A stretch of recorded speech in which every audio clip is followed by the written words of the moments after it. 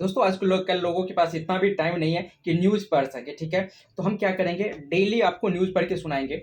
5 minute के अंदर जो न्यूज़पेपर होता है उसके सारे हेडलाइन हम आपको दिखा देंगे और आपको कोशिश करेंगे उसका जो है सो पीडीएफ डाउनलोड लिंक में डाल दें, ताकि आपको कोई भी पेपर में अगर आपको लगे कि ये पढ़ने वाली चीज़ है तो आप डाउनलोड करके उसको पढ़ सके। ये काम मैं कोशिश करूंगा पर डे आपको बताऊं, क्योंकि 5 मिनट के अंदर मैं आपको टोटल हाईलाइट दिखा दूंगा पेपर के अंदर का, ताकि आप लोगों को पेपर पढ़ने की जरूरत ना पड़े। अगर आपको लगे कि पेपर पढ़ने की जरूरत है तो आप डाउनलोड कीजिए और वहां से आराम से पढ़ सकते हैं। तो चलिए हम अपना काम शुरू करते हैं और आज के पेपर पे नजर डालते हैं कि आज क्या क्या हुआ है, क्या नया खबर है, क्या या जॉब से रिलेटेड कोई नया खबर है। तो चलिए जानते हैं। देखिए ये हमारा पहला पेज है।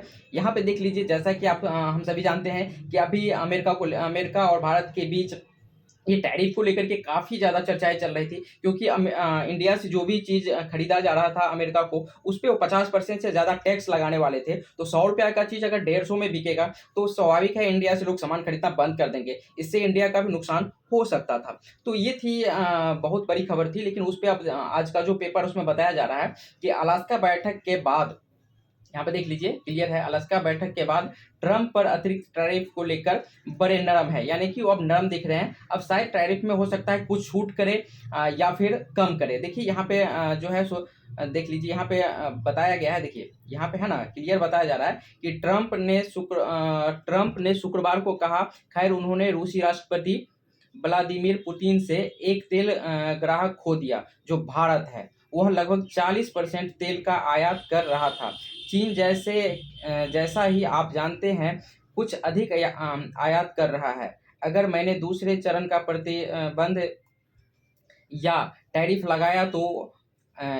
लगाया तो यह उसके लिए बहुत विनाशकारी होगा। अगर मुझे ऐसा करना पड़ा तो मैं करूंगा।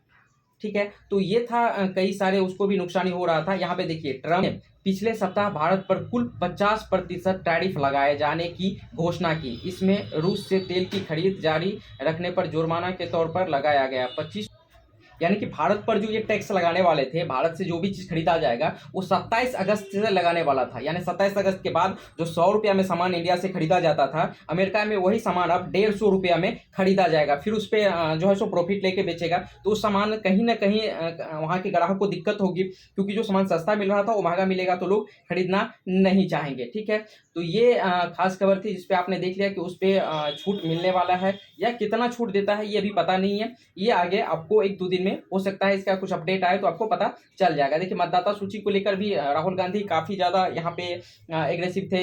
एग्रेसिव नहीं थे, जो सच्चाई थी वही दिखा रही थी। अब मीडिया उस पर जो करे उस पर कोई भी लेना देना नहीं है। उस पर भी कई सारी चीजें बताई गई यहाँ पे, जैसे कि वोट चोरी जैसे आरोप पर जवाब देने को बुलाई प्रेस कॉन्फ्रेंस।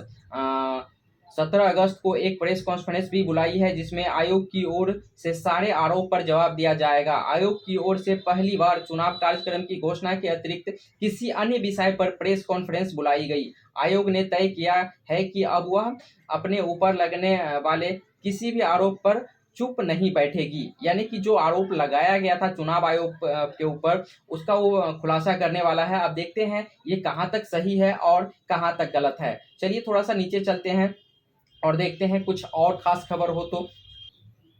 हाँ, एक और चीज है, जैसा कि यहाँ पे देख रहे हैं, एक और खबर है। ये देख लीजिए, उपराष्ट्रपति पद की दौड़ में गहलोत, गंगवार व माथुर सबसे आगे। यानी कि इसका भी अभी तक क्लियर नहीं हुआ है कि कौन इंडिया का अगला उपराष्ट्रपति बनेगा। इसका चुनाव अभी तक नहीं हो पाया है। अब देखते हैं इसमें किसका नाम सबसे आगे आता है। यहाँ पे 3 नाम को चयनित किया गया है। ठीक है, तो यहाँ पे एक और खबर देख रहे हैं हम। यूट्यूबर ज्योति मल्होत्रा ने पाकिस्तान के लिए की जासूसी, मिले ठोस साक्ष्य। अब देखिए ये भी अंदर जाएगी, इसका भी समय खत्म चल रहा है। इससे पहले भी ये गई थी, लेकिन इसका भी समय लगता है। अब ये लास्ट है, ये भी अंदर जाने की तैयारी में है। ठीक है, चलिए अगले पेज पे देखते हैं। अगले पेज पे क्या है, एसबीआई ग्राहक पर डाटा चोरी कर 350 को ठगा, 18 गिरफ्तार। देखिए डाटा चोरी का जो खबर है ना, हमेशा रहेगा, इसमें कोई भी बड़ी चीज नहीं है। अब हमको एक चीज बताइए कि किस बैंक में मेरा अकाउंट है, मेरे नाम पे कितने क्रेडिट कार्ड चल रहा है, कितना डेबिट कार्ड चल रहा है, ये सब आखिर इसको पता कैसे चलता है। तो भाई कहीं ना कहीं बैंक कर्मी ही इसकी चोरी करता है। आपने देखा होगा कि क्रेडिट कार्ड आपके घर पे डिलीवर होता है और डिलीवर होने के 5 मिनट के अंदर ही कॉल आता है फ्रॉड का और आपसे सारा डाटा लेके आपके क्रेडिट कार्ड का पैसा निकाल लेता है। तो आखिर कैसे पता चलता है कि क्रेडिट कार्ड आपको मिला है? ठीक है, तो ये सब बड़ी इसको कह सकते हैं कि फ्रॉड चल रहा है, जिसमें कई लोग शामिल हैं, सिर्फ एक को हम नहीं बता सकते हैं। यहाँ पे देख लीजिए। तो इस तरह से जो है सो जैसे ही डाटा बिकेगा तो यहाँ पे कहीं न कहीं आम पब्लिक इसके अंदर जाएँगे और उसको काफ़ी ज़्यादा नुकसानी होगा। ठीक है, तो यहाँ पे 18 गिरफ्तार है, चलिए इसको हटाइए। चलिए अगला पेज को एक बार देख लेते हैं। यहाँ पे अगर आपको कुछ लग रहा है तो आप पेपर को डाउनलोड करके एक बार कोशिश कीजिएगा इसको पढ़ लेने का, या फिर आप परचेज कर सकते हैं। तो चलिए, हमने कुछ खास खबर था जिसको देख लिया है, आगे कुछ ऐसा कुछ लग नहीं रहा है कि हमारे और आपके काम का चीज़ है। बाकी सब पॉलिटिक्स से जुड़ी हुई है। अगर आपको इस झलक में कुछ लगा हो तो ठीक है, अगर आपको लगता है कि नहीं इसमें कुछ हमें देखने को मिला तो चैनल को सब्सक्राइब कर लीजिए, वीडियो को लाइक कीजिए और बेल आइकन को जरूर दबा दीजिएगा। चलिए कल फिर मिलेंगे इसी टाइम पे नेक्स्ट वीडियो देखने के लिए धन्यवाद, बाय।